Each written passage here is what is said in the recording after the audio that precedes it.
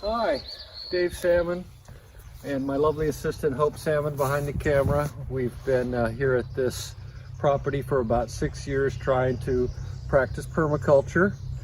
So we had a vacant piece of land that we are rehabilitating. This is a couple apple trees here. So with some inspiration from Bill Mollison and the Permaculture Design Manual, I'm planning on doing an apple orchard guild here with companion plants to attract pollinators, predators to take out pests, etc. So the food forest, which I'm going to be doing some sheet mulching on and have already started, is behind us here. On the left, you see kind of a finished sheet mulch.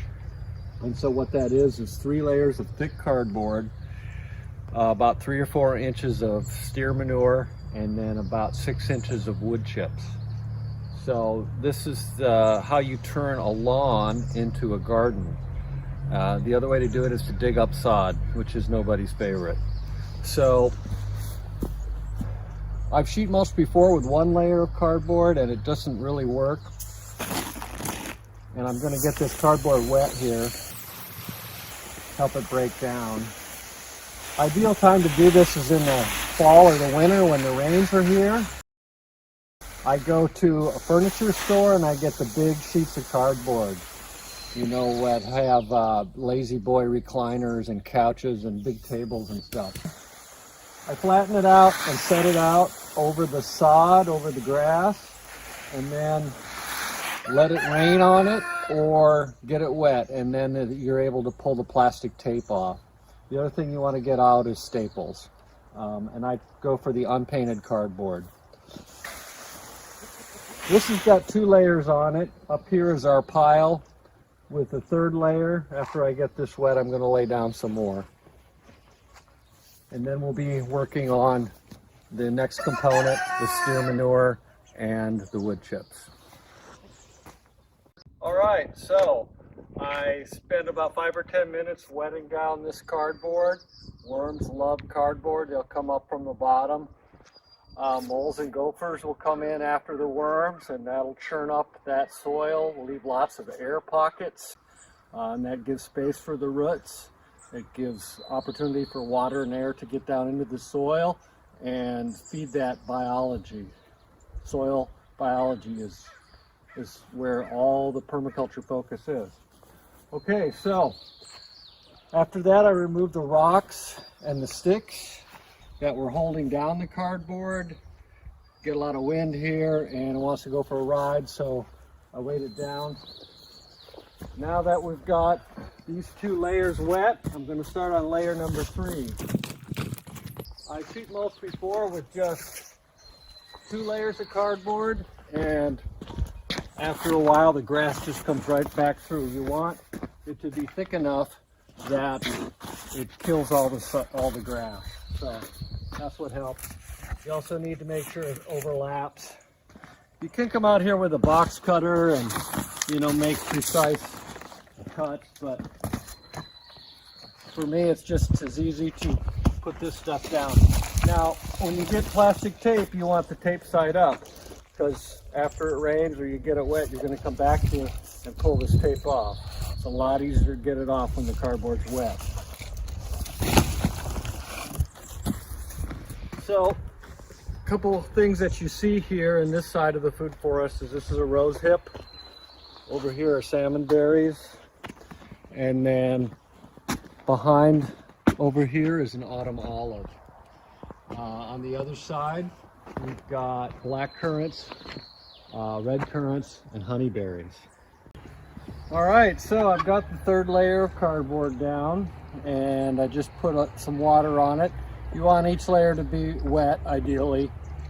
I'm doing this slowly, so I kind of have to wet it each time, unless it's raining. But I'm going to put the rocks down now on top, and what that's going to do is just hold these guys down in case of wind. I figure on Tuesday we'll come back with a load of steer manure, pull the rocks off, and put it down. So this is just in case there's any wind between now and then. So I mentioned gophers, that this process attracts gophers. Some of you might be aghast at that idea. But remember, this is a food forest, so I'm going for perennials, trees and shrubs. So I've got berries and currants and shrub and also apple trees. So I'm not too worried about gophers. Now, you can do this for a vegetable garden, in which case, instead of wood chips as the final layer, you would use straw. So I've done that before. However, you want to be careful with your straw because wheat straw will sprout.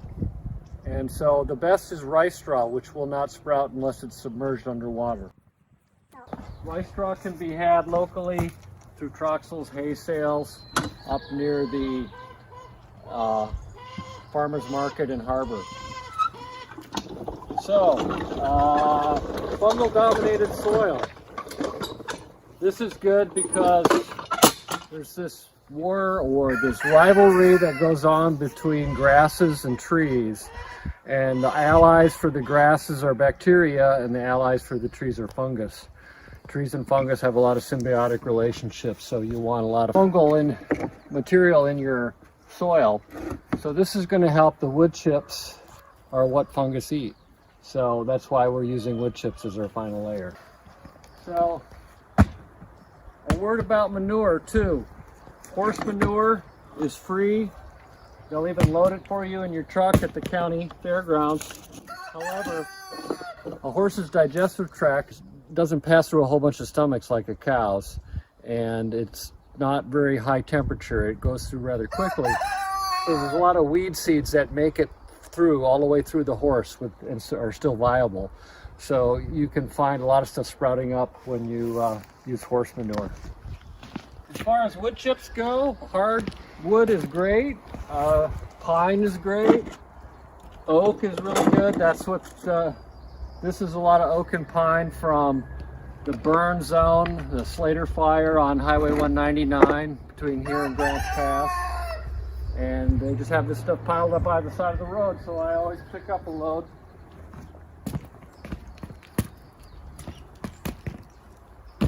Okay, so fungus is going to be good for your food forest. Bacteria is going to be good for your vegetable garden. Either way, you can use sheet mulch to accomplish it. We'll see you on Tuesday when we get a load of manure. Hey, it's Tuesday. We're back. We got a load of cow manure over here in the back of the truck. It's going to get spread out here on top of the cardboard pretty soon, but first we're going to pull the plastic tape off of these big sheets of cardboard. So we've gotten them wet again.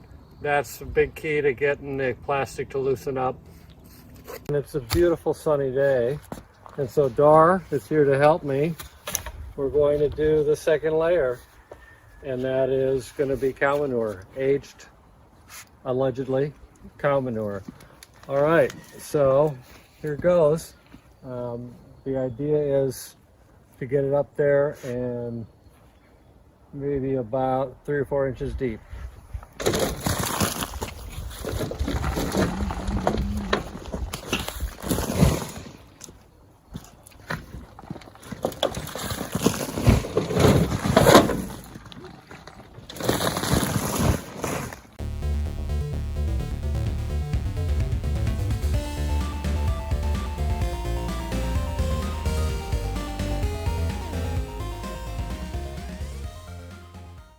So we are doing the final layer, which is wood chips.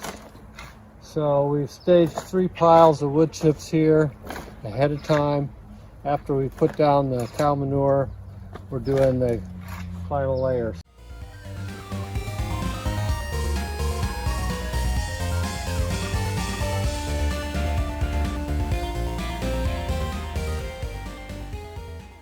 So Dar here is loading up wood chips. We're going to bring it down here and cover the manure.